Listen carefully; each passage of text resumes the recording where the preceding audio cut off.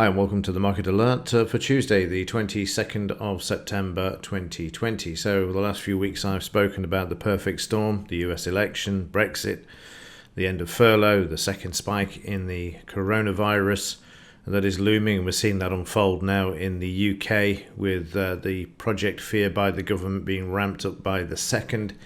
And of course, this having an effect on the markets. In yesterday morning's Market Alert, I spoke about the correction not being over. And yesterday we saw this continue as the global stocks plunged on banks, data, election, virus fears, treasuries, and dollar spike. As it says here, concerns are rising that the summer recovery is probably as good as it gets when it comes to the recent rebound in economic activity. And too right that is. I said before, there is no V-shaped recovery. Absolutely impossible. And with the measures that are being put in place in the UK, as from today, I already see a headline saying that pubs will have to close at 10 p.m. We now have curfews as well as lockups. Also, yesterday, 2020 has been a nightmare year for America, and the economic fallout is just getting started. You can substitute this for any country. Things were supposed to be getting a lot better, but instead we have seen a 23% increase in the number of business closures since mid-July, nearly heading for 60 million unemployed as well. So where they get this BS from that everything is fine in the media, it's amazing, isn't it? They ramp up the fear with the virus, and then on the economy they ramp up the positivity when it's complete and utter nonsense. And the two are polar opposites, because the data for the virus is opposite to the fear mongering, and the positivity of the economy is opposite to what's really happening. So as it says here, bad banks, Bader Ginsburg and limey lockdown slam stocks, and silver USD soars. Turn it up to 11. I think you have to turn it up a bit more than 11 to get things moving. And speaking of the metals, this is interesting as well from Bank of America. Paper, gold no longer as important. No, not until you want to use it to slam the price of gold and silver on a day when the stock market is correcting like yesterday. This is not uncommon. I've seen it for the last 20 years. And yesterday it worked a treat, pushing the silver price down to $24, which we'll get to a bit later on in the alert. Bank of America finds physical demand now key to gold prices. And this is great news, actually, because this is what we want to see, a disconnect from the COMEX, the criminal operation that uses futures contracts to slam the price. You see, the problem is if gold and silver prices are allowed to move freely to the upside, then it will just prove and again confirm that the fiat system is on its last legs. So the close correlation between those two metrics suggests that physically backed ETFs have become the dominant drivers of the gold quotation. So it'll be interesting to see. And it says here, gold rise below $1,900 as dollar surges, stocks and bond yields tumble. Somebody do something. Yeah, well, it's okay. Powell's speaking this week. He might be able to help you, maybe not. So let's have a look at yesterday. And unfortunately for me, because of the potential lockup by the government, I was missing in action. I took the opportunity to go and see my daughter in Chester, just in case the powers that be decided to lock us all up again, and we wouldn't get to see her this side of the festivities, as it were. So I saw the first couple of hours, managed to see things unfold as the market came back up to the low. As you can see there, 200 MA above, and then the selling just started from the open, and prices moved all the way down until 10 a.m. So I've only got the sort of review of what happened as opposed to seeing it happen in real time. The market came back to the 20-bar moving average once at the S3. When prices get down to the S3, as you know before, they tend to find some sort of support. Took a bit longer to get the brakes on, a bit like an oil tanker trying to stop yesterday. It took a moment or two, but eventually prices then found support and moved through the mid-morning, just drifting sideways to lower.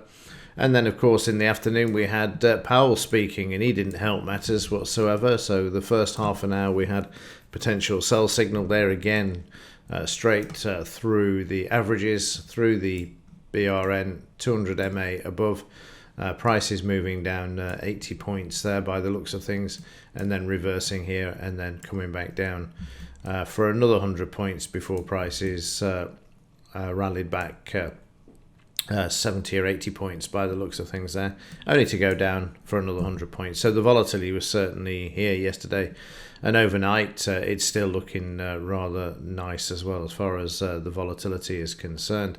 Prices below the DP, which if I just compress the price chart there, you can see there, and there's the 200 MA, the market below this at 4:45 this morning. Let's just have a look, see where we are.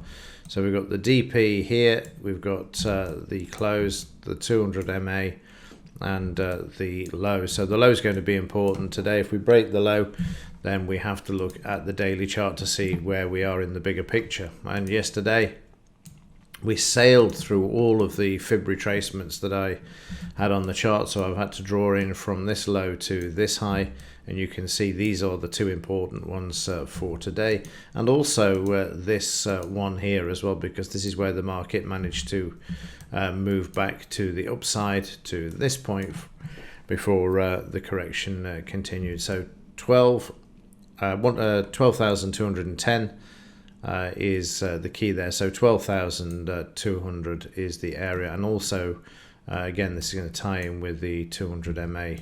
So watch these levels today, just in case we get the same as yesterday.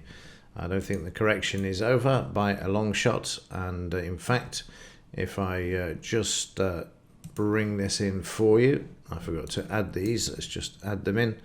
You can see there we're now back to red and moving to the upside in the implied volatility here. And also if we have a look at this, you will see that we're at 2364, up from 2094 the day before. Let's have a look at the Dow. Let's have a look at the Dow daily, if I can find it. There we go.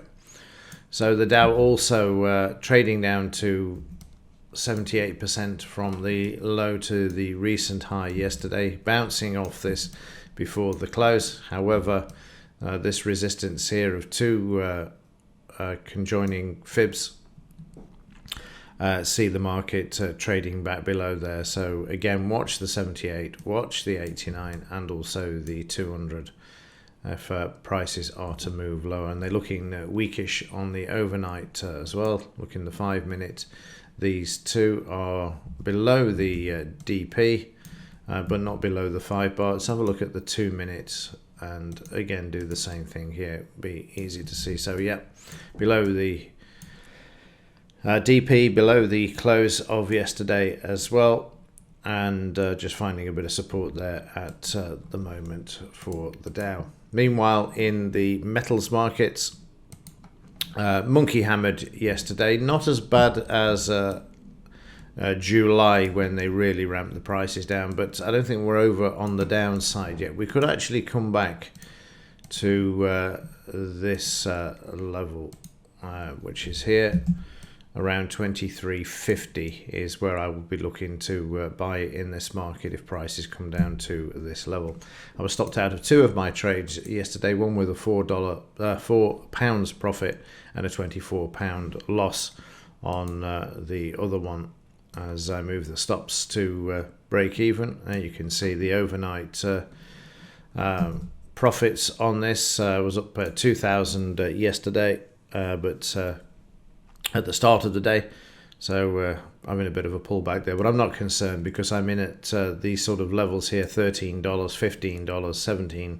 I don't care if it comes back to $13. It can feel free to do that. I can hit it hard because with what's going to unfold over the next few months, it's not going to be a problem at all as far as this is concerned. This is just a classic shakeout in a new bull market.